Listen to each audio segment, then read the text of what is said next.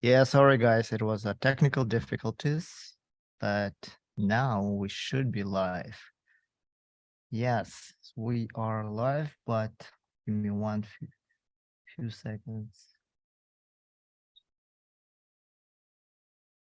All right, now, yeah, we're live. Awesome. Great.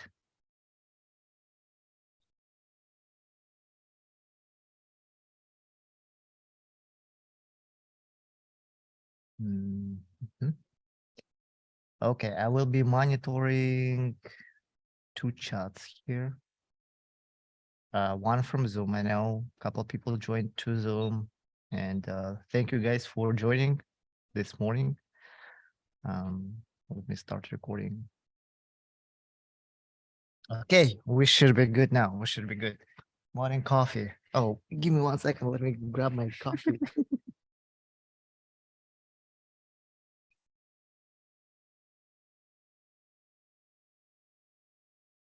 All right. Well, first of all, want to say it's afternoon on the East. Yes, it is.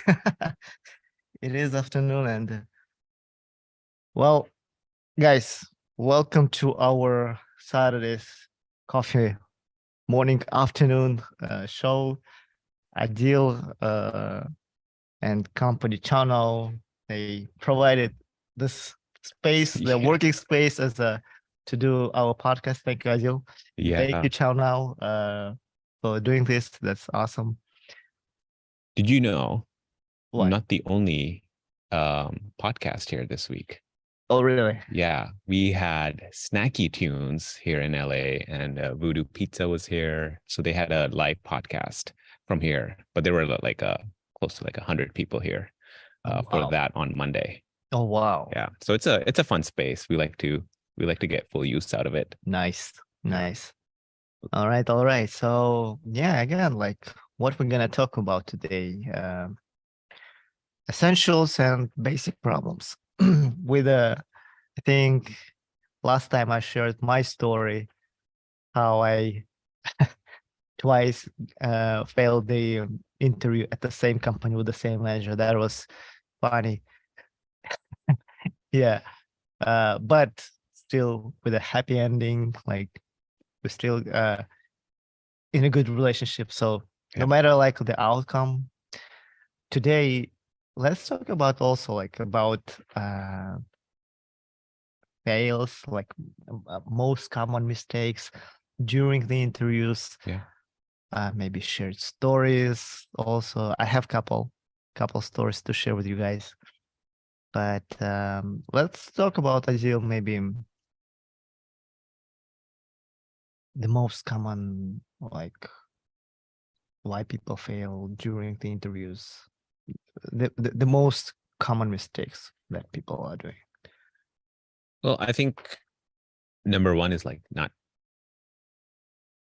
what's the I think this is a funny one, right? It's really interesting because nowadays, Zoom is everywhere, Right. right? Think just not having the enough bandwidth wherever you are, you decide to work, decide to take that interview from your attic, and now like either your video is a problem or even your voice is a problem. Like that's going to be just very difficult to get through. So just which just ties into preparation. Like you're Yeah. not prepared for the interview. You're just gonna. It's not like FaceTime. You just pick it up and go. Mm-hmm. I feel like that's. I don't know if it's common, but that's pretty bad if you're not prepared for the Yeah, conversation. definitely. I think in today's world, there is a higher expectation to be prepared for the Zoom interview, right? When like maybe 5, 6 years ago, I remember it would be okay to be without camera. It would be okay to be in the car, like with your laptop. I don't know. I've done this in the car.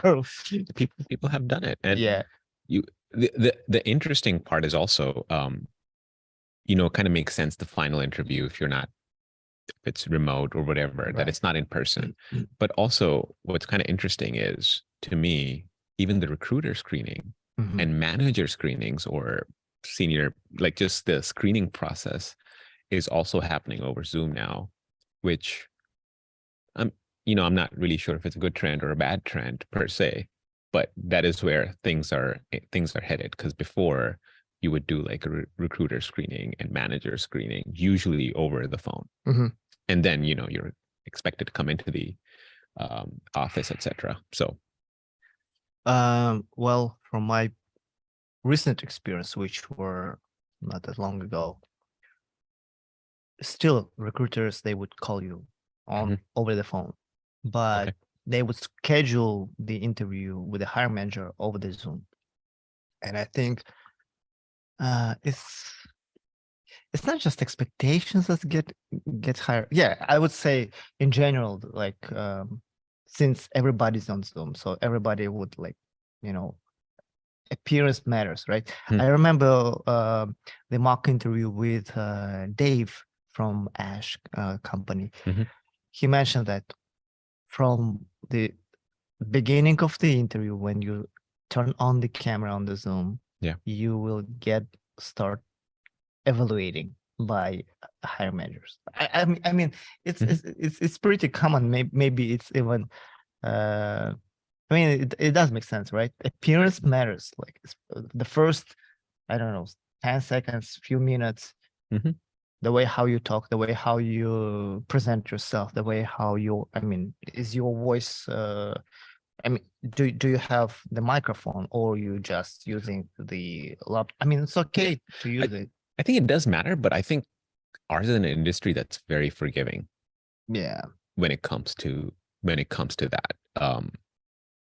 I do feel like subconsciously, like those things can matter, and perhaps it will allow you to make a better connection faster. Yeah. But I think our industry tends to be like very, very forgiving, as opposed to what's the right word? Aesthetics, like things that are not important. Yeah. You're not unless if you're going for a, I don't know, sales job, marketing. Yeah, like a sales engineer, I am sure, or marketing. You gotta be right, because that's how what they're also judging you is how you come across to external clients, customers.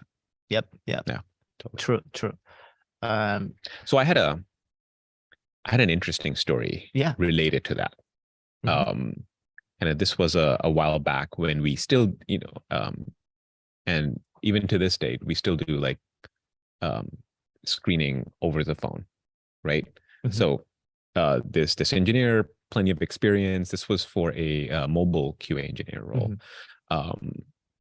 I was the one doing the manager screening, but I also had another manager on the call, just ramping up on it. And I was at the end of it, I was like really 50-50. I felt there were some really good parts, but there were some parts I didn't quite see their experience and confidence come through in what they had been doing. So I was very 50-50. And this is the point where I was doing a lot of interviews. So I was like, but the other manager on the call, she's like, let's give it a try. Their interview, the screening didn't go great, but seeing a lot of potential on in their resume. So let's do it. I was like, you know what? Yeah, let's give them a shot. There's enough here. We've seen enough here to give them a shot. So, but going in, I was very 50-50. What was exactly like that drew you back a little bit? Yeah, I think it was some of the open-ended questions that come up in. It wasn't like the specific questions like, hey, tell me about yourself, done this, done that, but like some of the more open-ended, like open-ended technical kind of questions, like how would you approach this problem, or how would you troubleshoot this kind of issue? These technical situational questions where I felt that they trailed off a little bit, and I mean, could have been a lot of different reasons, but I'm trying to be as fair as I can be to all candidates. So I'm asking consistent questions, and there's already an expectation of what the answer should look like. So it was those open-ended technical situational questions where it didn't hit. Okay. Yeah. So you decided to give a shot. Yeah. So what happened next? Yeah. That person nailed it. Like they had an amazing, and this was now over Zoom, so they were a lot more comfortable. They could put faces to, to the voices that they were hearing. And they really just shown everybody was, 2 thumbs up, and the rest is history. They've been doing fantastic once they were hired. Is she still? Yeah. Really? Yeah, Wow. yeah. That's good. That's interesting. Good story. I missed this part. The initial interview you did over the phone, Yes. so not in the Zoom, right? Yeah. Okay. And this is during pandemic, so like there was no in-person interviewing I or see. anything like Yeah, that. yeah. So I think it's also, I think what this is also ties into the other, if you feel like you mess up an answer, Right. just try to put that behind you and try to focus on the next question. Right? Because it's usually not, you're not one and done. You're usually not going to give one bad answer and that's it. You're not going to get the job, or you're not going to move to the next round. Right. So it's not, yeah, I got you. Like, it's not the one wrong answer that doomed will make you doomed, right? Like, okay, Correct. it's the serious though. Yeah, it definitely makes sense. Yeah, interesting. Actually, I have similar story on candidate side. Yeah. Back then, when I was looking for my second job in the QA, in software testing, I got to the company. I was referred by a guy who was working there. Yeah. And we were actually networking as well. And yeah, they invited me to the interview. All interviews went well. I was confident. I felt the vibes that, okay, it looks like it went well. And the final interview, I don't know why final always, like for me, the most stuff, but the final interview supposed to be with the VP of engineering.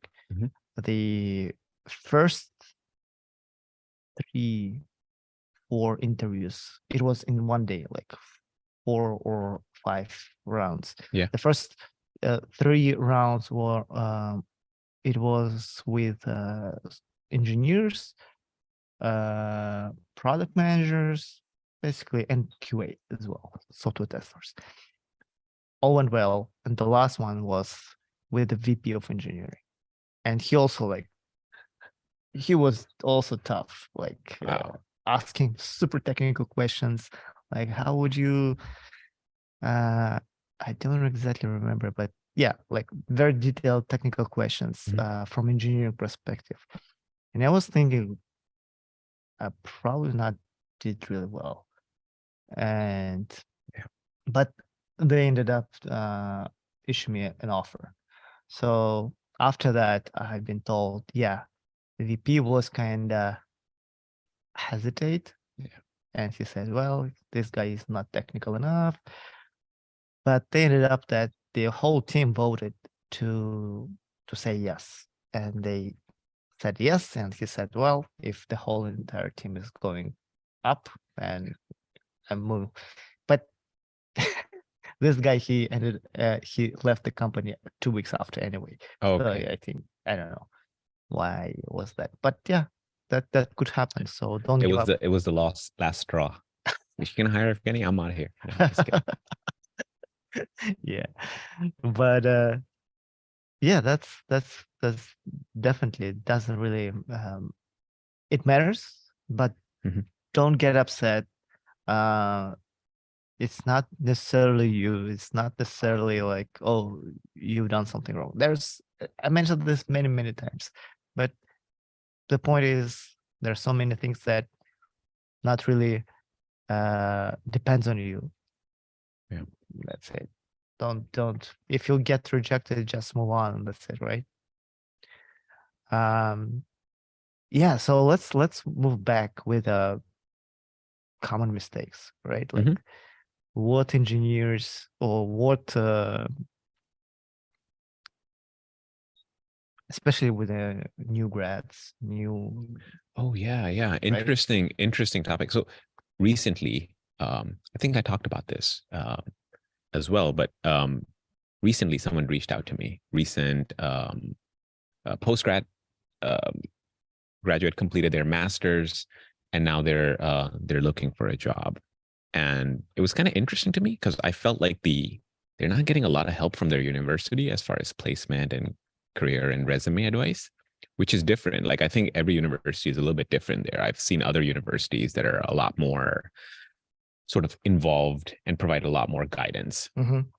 So yeah, I wanted to pose that question to you. I have some of the advice I gave them, Mm-hmm. and I'll tell you one of the pieces of advice I gave them was on their resume. Previously, they graduated more like a data science focus, Mm-hmm. data analysis, data and analytics focus, but their previous experience was in the dental industry, dentistry. Okay. And my feedback to them was like, on your resume, you've taken too much space describing your experience. That is that could be cool, that could be interesting, great, But not keep it related. there, but not as related, right? So you want to keep it a smaller section, and you want to spend more time on talking about the projects that you did in the past couple of years in your master's program, expand on those which they hadn't done. So that was my kind of advice to them, was like, first thing, let's fix your resume up for it to reflect more on things that are that the industry is looking for. And a data um, a data scientist at our company also gave the same advice, like, hey, let's help them put in some more industry jargon, common industry terms, maybe industry jargon that has a negative connotation, common industry terms, so recruiters and hiring managers have an easier time deciding, yes, let's call this person in for an interview. But I'm just wondering, what are some of your pieces in general, just whether they're grad students, post-grad, or undergrad or grad students, what is some of your advice for recent graduates? I think we can even expand not just only for graduates, but Yeah. for any people who are changing their careers, because they all have in common, they don't have experience, right? Mhm. That they're recent, and how they will get the experience without having an experience. Yeah. So, and this is a very tough question. So in general, yes, if you will just put your school boot camp and that's it, the chances that you will be competing with other experienced engineers, that someone will pick your resume, close to -0. Yeah. I would say. Even you don't have experience, but you have to show in the resume. I mean, first of all, be very, very specific. What kind of jobs you are targeting, what kind of expertise you gained in the university, in the boot camp, whatever it is. But in general, like let's say data analyst, Mhm. an analyst, right? That he was graduated, he got some probably projects. So if I would be a recruiter for this specific job, I would be looking, okay, it's not a hard requirement that in terms of the years of experience, let's say junior to mid-level position, but I would be more interested in like how this person develop his skills in this particular area, right? If you just put there, oh, I've done just one project and just graduated, well, I have another resume that very similar background, but he done much more projects. Mhm. And maybe he may be done also the same project, but he described it with details, like how he done. So he maximized everything that he can. And this is the most point, I would say, right? Treat as it is your commercial advertisement. If it should grab attention, it should be to the point.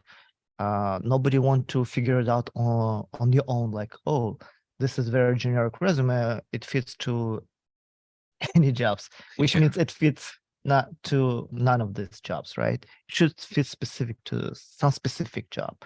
I think this is the biggest thing that this person can take.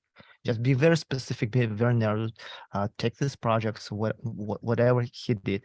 If he don't have enough projects, then you should get them. You should develop, not get them. It not necessarily could be commercial projects, right? Yeah.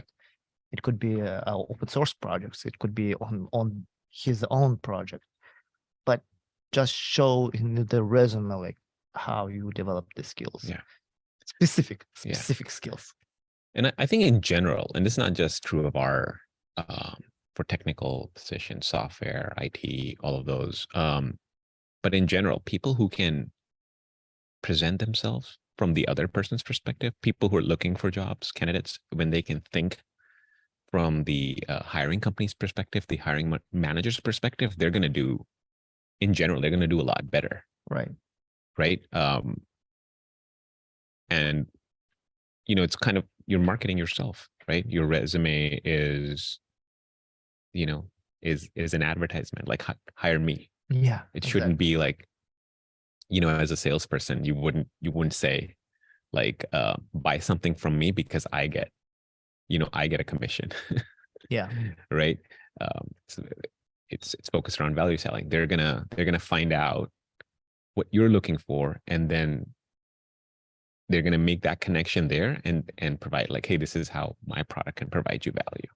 That's what you're gonna you know. So putting yourself in hiring companies, hiring manager, recruiter shoes, I've seen those people just do just a lot better, as opposed to other people like, well, I've done this thing, I've done this boot camp, I've done this degree, and a job should just find its way to me. Yeah. Like you figure out how you can apply my skills, Yeah. whatever I put it here. Yeah, definitely. It is the resume itself. I know it's very hard. Not many, I would say, not many people paying attention on that. That it is the most essential part to get your foot in the door. Actually, right? Yeah.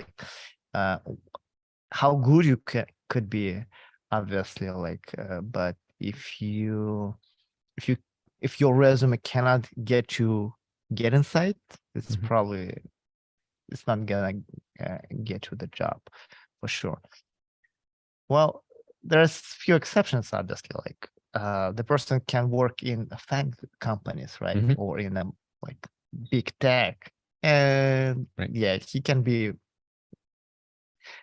most likely he will have a better resume in general, but people will forgive him, like, okay, maybe his resume is outdated or something like that. Well, let's talk about that for a second, right? Folks that are targeting those companies, they're already putting in the legwork before they're hired, right? None of them are getting hired on because they're competing. I mean, obviously, looking at from some of those FANG companies' perspective, they're going to open a position. They're literally going to get like thousands of resumes. They're looking to decide, they're looking to decide between them who are the top candidates, right? And in order to differentiate, these people are putting in the work already. So when they, if they were Microsoft had a big layoff last week, when they're in the market, hopefully those people already, are prepared to put together a good resume. But what are some of your thoughts on preparing? Essentially, what do you think people should be focused on when they focus on preparing for jobs, places that they want to, companies that they're targeting? How do they prepare for that?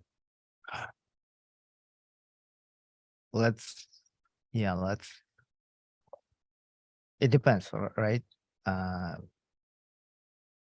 Before moving forward, because you just talked about the resumes. There is an article on coding free on the free coding bootcamp.org. There's a guy, he showed his resume with which he got a few offers from big tech companies actually, and it was very simple resume. It wasn't sophisticated or something. Mhm. And he was a recent grad from school. Nice. What was really specific in his resumes, he pointing out the projects that he was working. Like all his resumes was mostly like, I've done this project, in this project I've done this specific things, and he described it, right? So I think this is whatever company you're targeting, this is what you should do, right? Again, I mean, just going back, just put the projects or your expertise and emphasize it. Yeah. In terms of preparation, again, like it's very basic. You just need to start, well, you just need to start applying. You just need to start going to interviews. If no one's inviting you to the interview, then you need to adjust your resume. Yeah. There's something wrong with your resume then. If you got invited but you're not getting through the interviews, then you need to adjust your interviewing skills and presentation skills as well, right? Yeah. So do the mock interviews, ask your peer and your body to give you feedback, what can be going wrong. We hosting the mock interviews monthly basis, so join us as well if you want to see how you behave during the interview and getting the honest feedback, right? Like from real hiring managers like Adeel. Like we have hiring managers from Google, we have hiring managers from big tech companies, and not only hiring managers, engineering team. Actually, engineering team impacts on the hiring decision probably like 50%, if not the more, right? Yeah. Like the story you told, right? Exactly, Obviously, it matters what the team thinks about the team that's hiring. Yeah. Exactly. Yeah. Guys, please ask your questions we have question. Any advice on getting job with the current state of the job market? I think we already partially covered that. Yeah. I think on that, said it before, I'll say it again. In this market, the companies that are hiring, like those positions are very, very critical, very, very crucial. So hopefully, for people who are applying, things can move faster than before. Like the sort of like a year, 2 years ago, like that gravy train. Like essentially at that time, everybody was getting multiple offers. Yeah. That ship has sailed, right? You're not gonna target, even as an experienced person or a new person, you're not gonna target like, hey, I want to target these companies, I'm gonna target these jobs, I'm gonna apply to a bunch of them, and within a month, I'm gonna have multiple offers. Within 2 months, within 3 months, I'm gonna have multiple offers. I'm gonna have competing offers, and I'm gonna get to choose, pick and choose, and I'm gonna get to negotiate a lot more. I think that is not the current state. But having said that, there are jobs. There are a lot of companies who are growing. Probably a lot more. The big companies who went, big companies and other companies who are impacted by the current economic condition, they might be pulling back, but there are plenty of other companies who are hiring. So it's a mixed bag. It's a mixed bag, but there are still jobs to be had. What do you think? I actually start seeing that the companies that had freeze back then, they start slowly, but they start actually hiring. Yeah. So I'm not saying that it's over and we won't see more layoffs. You never know. You don't know. But I would say it doesn't matter what the job market right now. You just need to go and hustle still. Whenever you have experience or you don't, it's not going to be easy. Yeah. but it doesn't mean that you need to do nothing, right? If you won't do anything, won't happen anyway. Yeah. But if you will be grounding the interviews, going through, applying like crazy, turn on your beast mode, you will get eventually, you will get there. It doesn't really matter. It matters like if you will give up or you won't. I think that's it.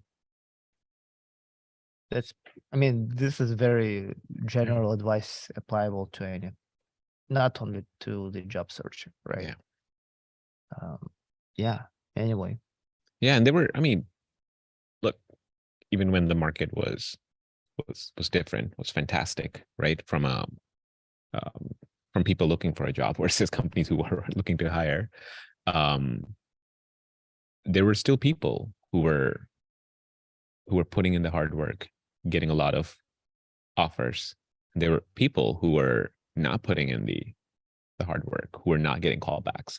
So, point being, your approach shouldn't change in that sense. What was true then is true now, as far as going out there and finding jobs that are compatible. There might be a whole lot more people looking now than before. There might be a whole lot more active candidates versus passive candidates. You know, just yesterday I was listening to the audiobook. I don't remember the title. Something with age. So the point was very interesting. When you're in the survival mode, you usually like working so hard and you don't care about anything, but you care about surviving, right? And your efforts, you put a lot of efforts, and eventually you will make it to the not survival mode. You will make it to the comfort zone. Yeah. If you stop there, you will go back to survival mode because you stop growing, you stop putting the effort. I think a lot of people who are not looking for a job right now, they in this mode when they're in the comfort zone, they are not in surviving thing. But people who in surviving mode, they're willing to put more efforts. And I have like very big confidence that those people, they will find a job. Yeah. It's just a matter of time. It's just a matter of, will you give up or you won't, right? Yeah. Obviously, like if you have some, if you need to pay bills, yeah, you may go to temporary jobs or something, but just don't stop. Just don't give up. Just move on. Keep looking, and not just keep looking. As we just said, be like a startups. You do iteration. You go apply. You go to the interview. If you will get invited, you won't get invited. Adjust. Then you have to adjust your skill. You have to rethink. Okay, maybe I'm doing something wrong. For example, when I was looking for a first job, right? I put a lot of fluff on my resume. I was guilty. I admit that. Please forgive me, all these people who was looking into my resume at that time. But and they saw you like from a mile away. You're thinking, hey, I'm rocking and rolling. Yeah, exactly. I got all this crazy stuff. My resume, I have no idea what was in my resume, like 60%. Also, like many graduates from the bootcamp, and I went there. I mean, not went there. I just got the calls that I couldn't reply. You know, like, oh, how did you do with this specific area or with this tool? I don't know. It was a long time ago, you know, like this. Basic. So what I did, I understood that, damn it, this is not gonna work. I removed every single word that I don't know. Every single word, everything. I didn't took that seriously. My resume, I took it like, oh, I got a resume. Now I will get a job, you know, like just throw it everywhere. Then I got calls and then, probably it's not gonna work. I removed everything. Then I start getting the specific calls for specific jobs, like for manual software testing jobs, right? And then I was able to talk, and that's how I got my first job. What you said was so important, right? I mean, hustling is also a habit, It is. right? Continuously competing with yourself, right, is the right mindset. Like, it's a growth mindset. Yep. Allows you to get a lot done. Also, on the other side, I see a lot of people, I think, just hesitant to start, right? Sure. What's the saying? When's the best time to plant a tree? 20 years ago. Yeah. What's the next best time? Now. Start now. Yeah. If you feel like you are missing something, right? You feel like you were at a job, or you graduated from a boot camp or a school, and you feel like you're missing something critical for the jobs, the company you're applying. Maybe you're looking to switch a job, whatever the reason. If you're missing something, and it may look like very intimidating to pick that up, you might be like, hey, I don't know this, and I'm not going to start because I need to find a job now. But put in the effort now. You'll be surprised how much progress you can make in a short period of time. Look at all the tools out there nowadays, right, to help you. Reach out to your network for sure, but look at all the tools out there to help you develop those skills that you may be missing. But don't let it prevent you from moving forward. Kind of my point. About doing now. Yeah. Have you read this book, Atomic Habit? Oh yeah. Right? It's a perfect example. Just start with micro effort of something, right? In terms of resume, let's say, okay, I'm gonna update just one line in my resume. And obviously you just need to start updating your resume. I know by myself. I know that it takes a lot of time, a lot of effort. You need to do research. You need to put a lot of time, basically. And I was like, tomorrow, I'll do it tomorrow, But okay, I know that you need to update, let's say, the summary, right? Or you need to update your skills. You start with just that, and then you will digging down, and that's it. Same thing with going to the interviews. You're afraid to go to the interviews, just start applying. Do 1-2 applications, I would say, per hour, but let's start with a day. Let's start with a day. Start with something, right? And then you will get there. If you're afraid of the interviews, right? Guys, we are doing the live right now. It's not comfortable. Same thing, right? But find a buddy to do it with. Yeah, find a buddy to do it. Okay, exactly, right? Like, find a buddy to do this. Just put yourself out there, record this thing, and then you will be obviously embarrassed of looking at yourself on the recording. This is what I was feeling. But if you will do this multiple times, several times, you will get used to it. And that's the way how you can improve your interviewing skills, presentation skills, right? So this was kind of, you need your, what's the right word? You need your like aha moment. I feel like when it comes to something you're not comfortable with. Right. I'll even go back really far back to high school. I used to be the person who was, for the longest time, just like everybody else. This is most people, right? You wanted to sit in the back of the class.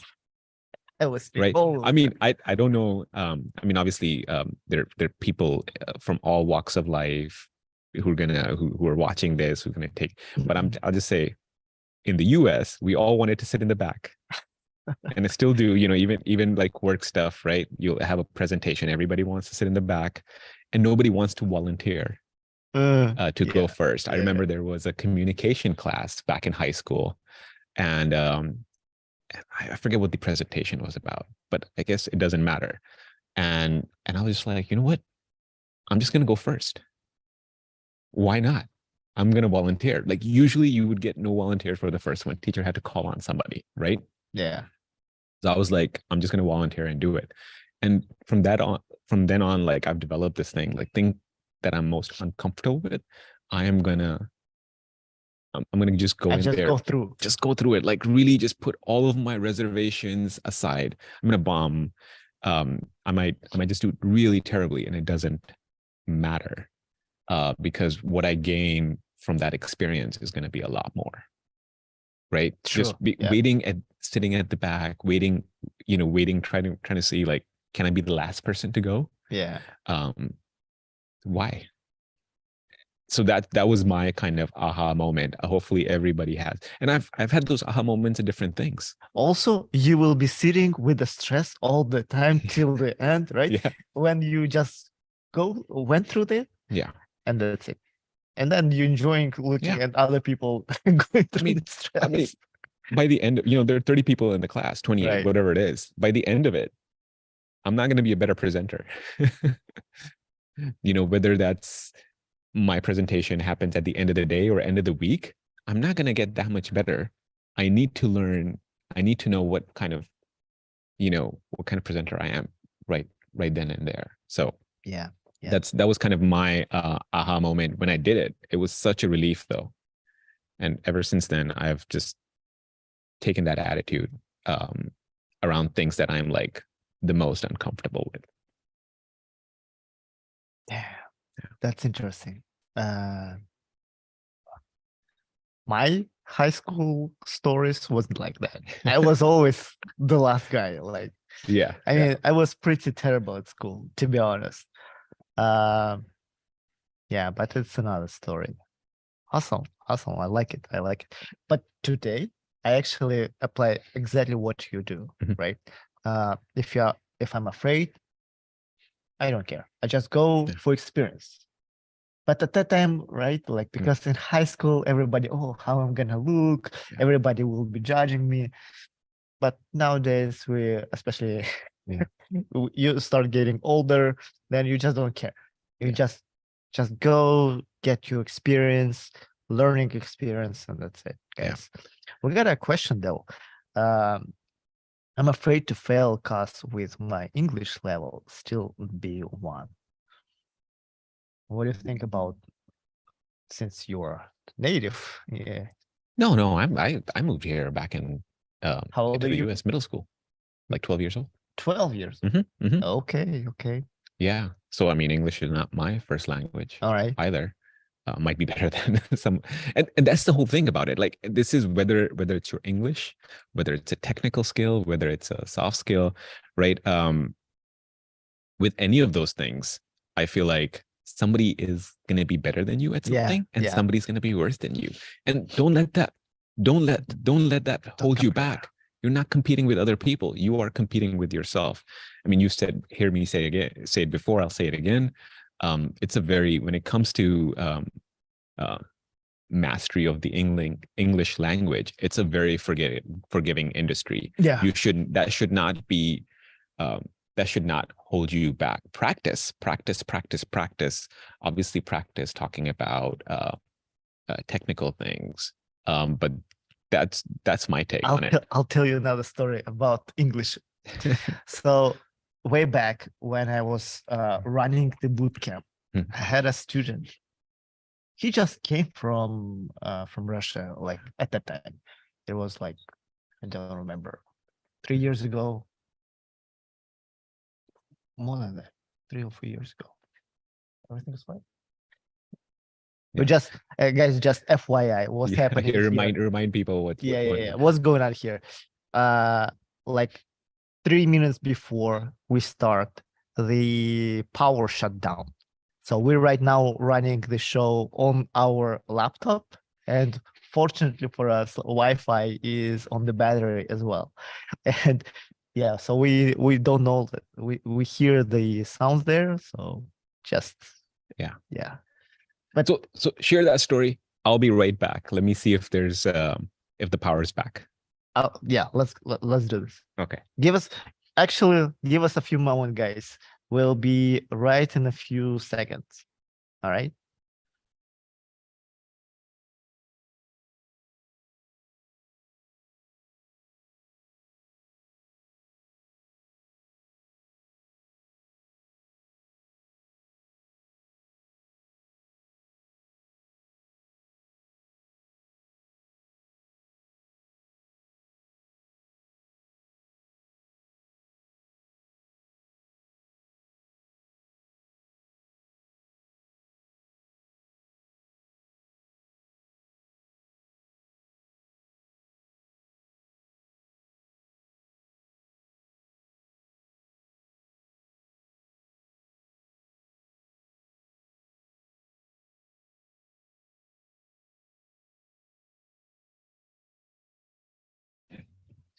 Nope.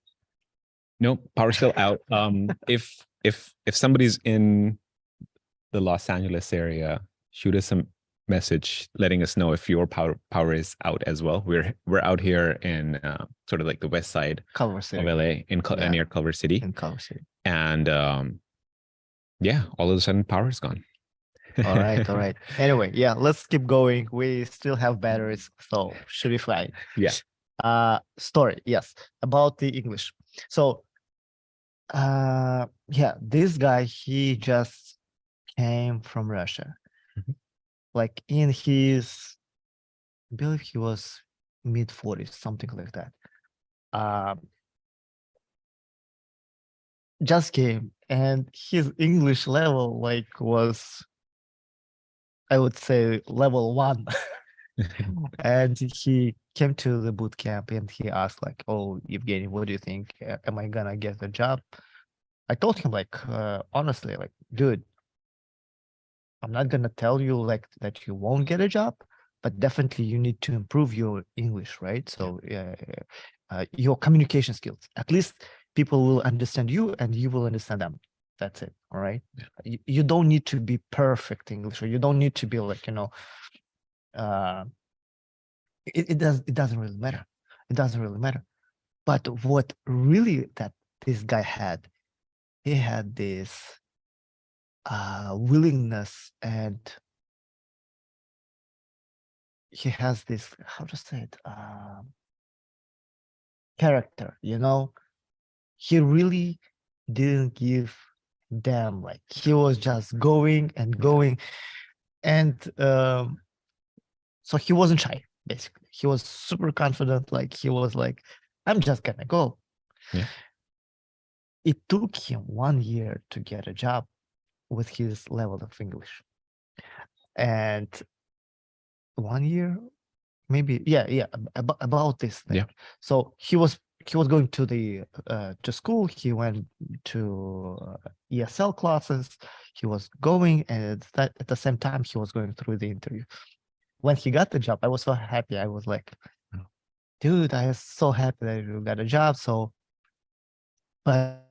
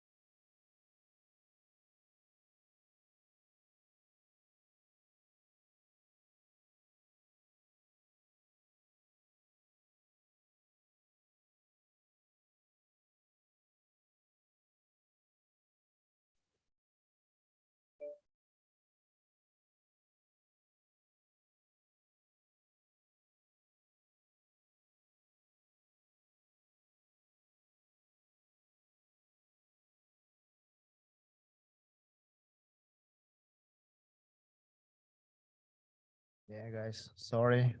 It looks like the power went, the Wi-Fi went down as well. Let me check. This thing. All right, I think we should still be. Yeah, I think we are.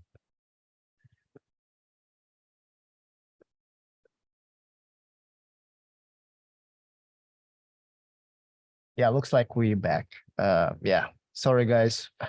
Again, technical difficulties. Now we lost the Wi-Fi, not just the power, but fortunately for us, we had a. What is this? This is a MiFi. MiFi. Yeah. That's awesome. You guys still hear us well? Can you hit something in the chat, please?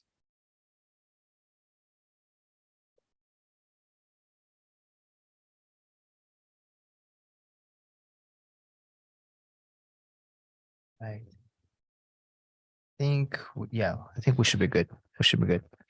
Barely hanging on by a thread here. Yes, yes. All right. The battery on our lights is gonna go out in like I think a few minutes too. Well, I think we can wrap it up, guys. Yeah. But yeah, let me finish it up. Mhm. So the end story of that, the guy, he got a job. He is actually very successful there. He became a test lead. That's it. The most what not English, not his like what really helped him out and what is his I would say stamina Yeah. and his character, right? He was just going through he wasn't like, you know, how to say it, he wasn't thinking like, oh, Yeah. what people what other thing will think. He just went. Yeah. And people just like him because he was like that, right? Totally. I think it reminds me of I think the word I think of is grit. Grid. Grit. You know, you persevere through like the hard stuff, right? You don't give up the first moment something gets hard for you. Right. And success lies beyond that, like that initial that wall you hit where you feel demotivated, you don't know a topic or a skill or whatever it is. It's just, you know, powering through that. Check out, I forget the name of the author. The book's title is Grit. It's a fantastic book on analyzing that from some examples, and also mixing in what science has to say about about grit, some of the Awesome. psychological, behavioral things that are involved there. We'll post this book. We'll post actually all books that we mentioned today in the chat, in the comments today. But anyway, yeah, definitely. I would say this is the most, obviously everyone has obstacles, right? Yeah. Like, for example, for me, when I was switching jobs, and even today,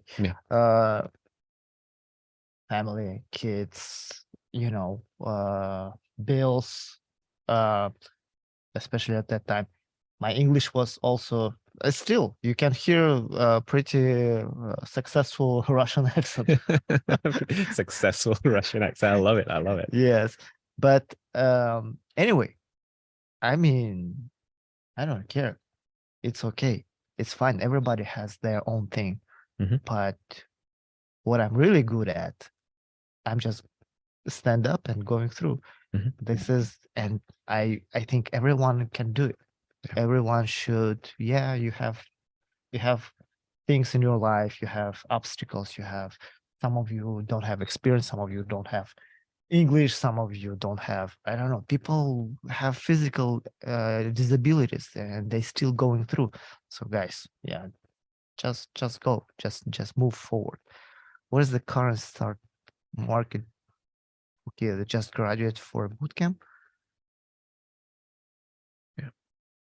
No, it's, I mean, the current state is for everyone the same. Yeah. It sucks for everyone. It doesn't mean for I know people who have experience with 10 years plus, and they have toughness right now to find a job. And I know people with the bootcamp graduates who got the jobs. So it doesn't really matter. Everybody's in a very similar situation. Yeah. I think continue to differentiate yourself, pushing yourself, not letting it be like, hey, I'm in applying for jobs. That's all I'm going to do. Continue to upskill yourself. Oh yeah. I think maybe might be an interesting topic for next week, Evgeny. Might be, how do you quickly ramp up on skills that you don't have?